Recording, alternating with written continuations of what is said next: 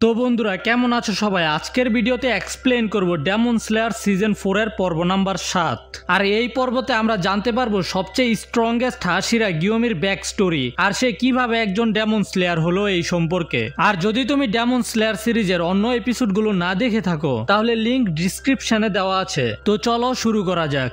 এই এপিসোড শুরু হয় সেখান থেকে যখন তানজিরো পাথরের বুলডারকে মুভ করতে পারছিল আর এই মুহূর্তে তানজিরো নিজের মার্ককেও অ্যাক্টিভ করে রেখেছিল। তানজিরো চিন্তা করে যদি ও এক মোমেন্টের জন্য ফোকাস হারিয়ে ফেলে তাহলে ওর শক্তি গায়েব হয়ে যাবে, মানে মার্ক চলে যাবে আর ও পাথরকে ধাক্কা দিতে পারবে না। এই জন্য তানজিরো চিন্তা করে ও শুধু হাতের ব্যবহার করবে না, পায়েরও ব্যবহার করবে, কারণ একজন মানুষের শরীরের উপরের ভাগ থেকে নিচের ভাগে বেশি মাসেলস থাকে। তবে তুমি যেটাই বলো না কেন তানজিরোর এই পাথর ধাক্কা দিতে অনেক বেশি কষ্ট হচ্ছিল।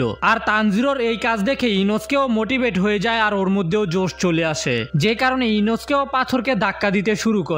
আর আমরা দেখতে পাই যে ইনোসকেও পাথরকে মুভ করতে পারছিল। তবে জেনেৎসু এই সবকিছু দেখে একেবারে শকড হয়ে যায় যে তানজিরোর পরে এখন ইনোসকেও পাথরের বুলডারকে মুভ করতে পারছে আর এখন শুধু আমি একা বাকি আছি। আর জেনেৎসু যখন এই সবকিছু চিন্তা করছিলই তখন সেখানে জেনেৎসুর মেসেঞ্জার চড়ুই পাখি চলে আসে একটা চিঠি নিয়ে। এরপর সিন শিফট হয়ে যায় আর আমরা দেখতে পাই যে তানজিরো পাথরের বুলডারকে 258 ফুট ধাক্কা দিয়ে ফেলেছে। তার মানে হলো তানজিরোর স্টোন হাসিরার ট্রেনিং শেষ হয়ে গেছে। তবে একটানা এটা করার কারণে তানজিরোর অবস্থা একেবারে খারাপ হয়ে যায়। আর এটা করার সময় তানজিরো এত বেশি ঘেমেছে যে কারণে ওর শরীরে ডিহাইড্রেশন মানে পানি শূন্যতা দেখা দিয়েছে। এই জন্য তানজিরো জেনেৎসু ইনোসকে মুরাতাকে ডাকতে থাকে ওকে সাহায্য করার জন্য, কারণ ও যদি এখনই পানি না পায় তাহলে মারাও যেতে পারে। কিন্তু তখনই সারপ্রাইজলি কেউ একটা এসে তানজিরোর উপরে পানি ডালতে থাকে। আমরা দেখতে পাই যে এটা স্টোন হাসিরা ছিল।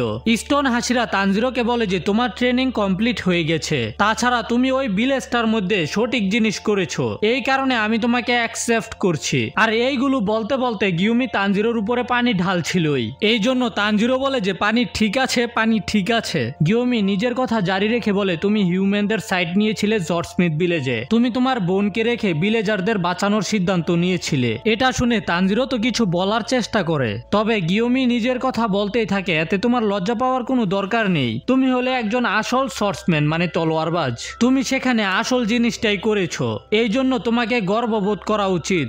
তবে তানজিরো বলে যে আমি কিছু করিনি, নেজুকো এই সিদ্ধান্ত নিয়েছিল আমি যেন ভিলেজারদের বাঁচাই, আমি তো ওই মুহূর্তে কোনো কিছু চিন্তাই করতে পারছিলাম না, কোনো ডিসিশনই নিতে পারছিলাম না। মানে তানজিরো এখানে ওই সময়ের কথা বলছে যখন নেজুকোর উপরে সূর্যের আলো পড়েছিল আর নেজুকো জ্বলতে শুরু করেছিল। তানজিরোর এই কথা শুনে গিওমি বলে আমি তোমার অ্যাকসেপ্ট করতে পারছি না, মানে আমি তোমার সম্মতি নিতে পারছি না। এটা বলে গিওমি চিন্তা করে শিশুরা হলো পিওর এবং নাইভ, দুর্বল, খুব দ্রুত মিথ্যা বলে ফেলে, ছোট ছোট জিনিসে স্বার্থপরতা করে। কিন্তু এই ছেলেটা মানে তানজিরোর কথা বলছে, এই ছেলেটা একেবারে আলাদা অন্যদের থেকে। তানজিরো গিওমিকে বলে আমি সবসময় সঠিক রাস্তায় সঠিক কাজটা করতে চাই, কিন্তু আমি জানি না এর পরে কি হতে পারে, একজন না একজন সবসময় আমাকে সাহায্য করতে চলে আসে, যে কারণে আমি সঠিক সিদ্ধান্ত নিতে পারি এবং সবাইকে বাঁচাতে পারি। কিন্তু ওই সময়ে আমি কিছুই করতে পারছিলাম না, সো প্লিজ আমাকে এত সহজে অ্যাকসেপ্ট করবেন না। এটা বলে তানজিরো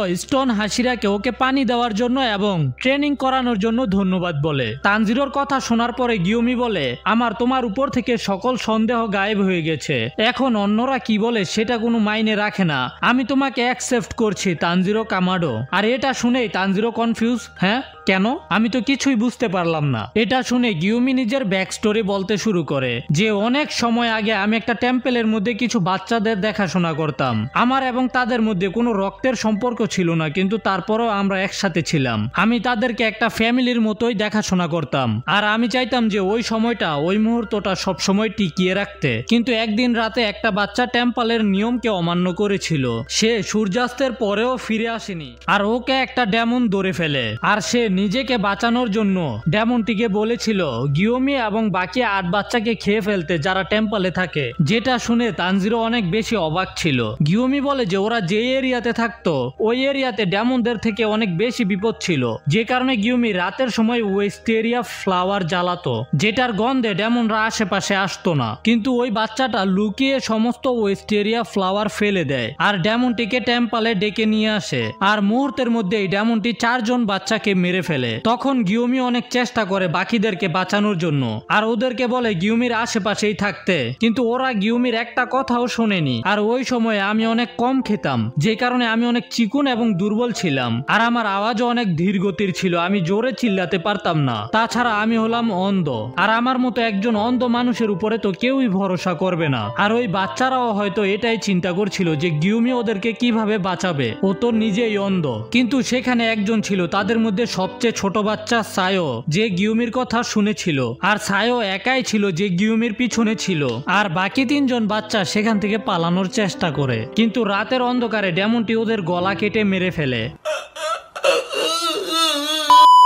আর ওই মুহূর্তে গিউমি এটাই চিন্তা করছিল যেভাবেই হোক ওকে সায়োকে রক্ষা করতে হবে। আর যখন ডেমনটি আবার ওদের উপরে হামলা করতে এসেছিল তখন গিউমি ডেমনটির সাথে লড়াই করে আর ডেমনটির মাথায় একের পর এক ঘুষি মারতেই থাকে। আর তখন গিউমি চিন্তা করছিল ও এখন একটা জীবিত বস্তুকে পাঞ্চ করছে, যে কারণে আমি ডিসকাস্টিং ফিল করছি আর এই ফিলিং আমি কখনোই ভুলতে পারবো না। আর তখনই গিউমি প্রথমবারের মতো নিজের শক্তি সম্পর্কে জানতে পারে। যদি গিউমির উপরে একটা ডেমন হামলা না করতো তাহলে হয়তো গিউমি সারা জীবনেও নিজের শক্তি সম্পর্কে জানতে পারতো না। আর গিউমি এইগুলো চিন্তা করে ওই ডেমনটিকে পাঞ্চ করতেই থাকে, একের পর এক পাঞ্চ করতেই থাকে যতক্ষণ পর্যন্ত সূর্য না উঠে যায়। আর ওই দিন রাতে গিউমি একেবারে সবকিছু হারিয়ে ফেলে, তবে গিউমি সায়োকে প্রটেক্ট করতে পেরেছিল।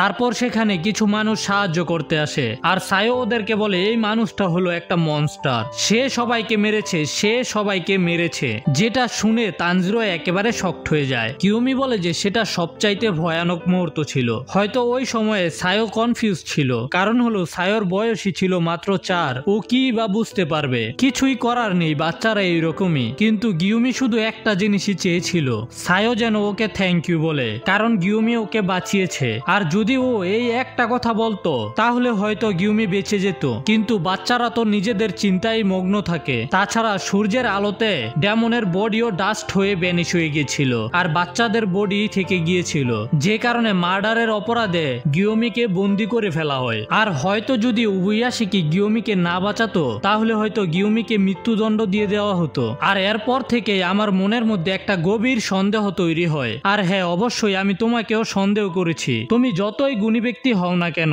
যখনই তুমি চিপায় পড়ে যাবে তখনই তোমার আসল নেচার বের হয়ে আসবে।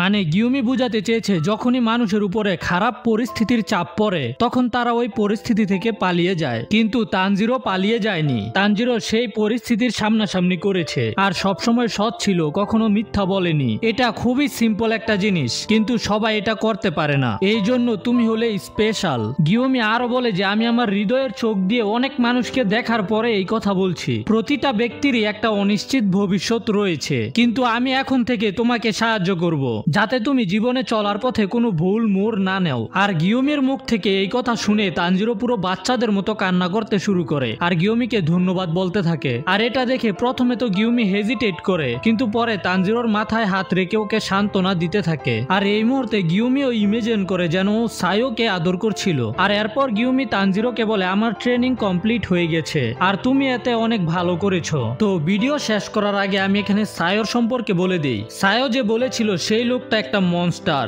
যে সবাইকে মেরেছে, আসলে সায়ো সেই লোকটা বলতে ডেমনকে বুঝিয়েছিল, স্টোন হাসিরা গিউমিকে না। কিন্তু সূর্যের আলোর কারণে ওই ডেমন ভ্যানিশ হয়ে যায়। আর ওই সময়ে সায়ো ঠিক মতো কথাও বলতে পারছিল না, কারণ ও অনেক বেশি ভয় পেয়ে গিয়েছিল। তাছাড়া ওর বয়সই কত ছিল, 4 বছর। 4 বছরের বাচ্চারা তো এমনিতেই ঠিক মতো কিছু বলতে পারে না। এই কারণে গিউমির উপরে যে সন্দেহ হয়েছিল সেটাকে সায়ো আটকাতে পারেনি। আর এখন বর্তমানে সায়োর বয়স হলো 14, কিন্তু এখনো সায়ো ওই ব্যাপারেই চিন্তা করে আর আশা করে যেন ও গিউমির কাছ থেকে ক্ষমা চাইতে পারে। আর আমি কিন্তু এগুলো বানিয়ে বলছি না, এটা মাঙ্গার শেষ পেজে দেওয়া ছিল।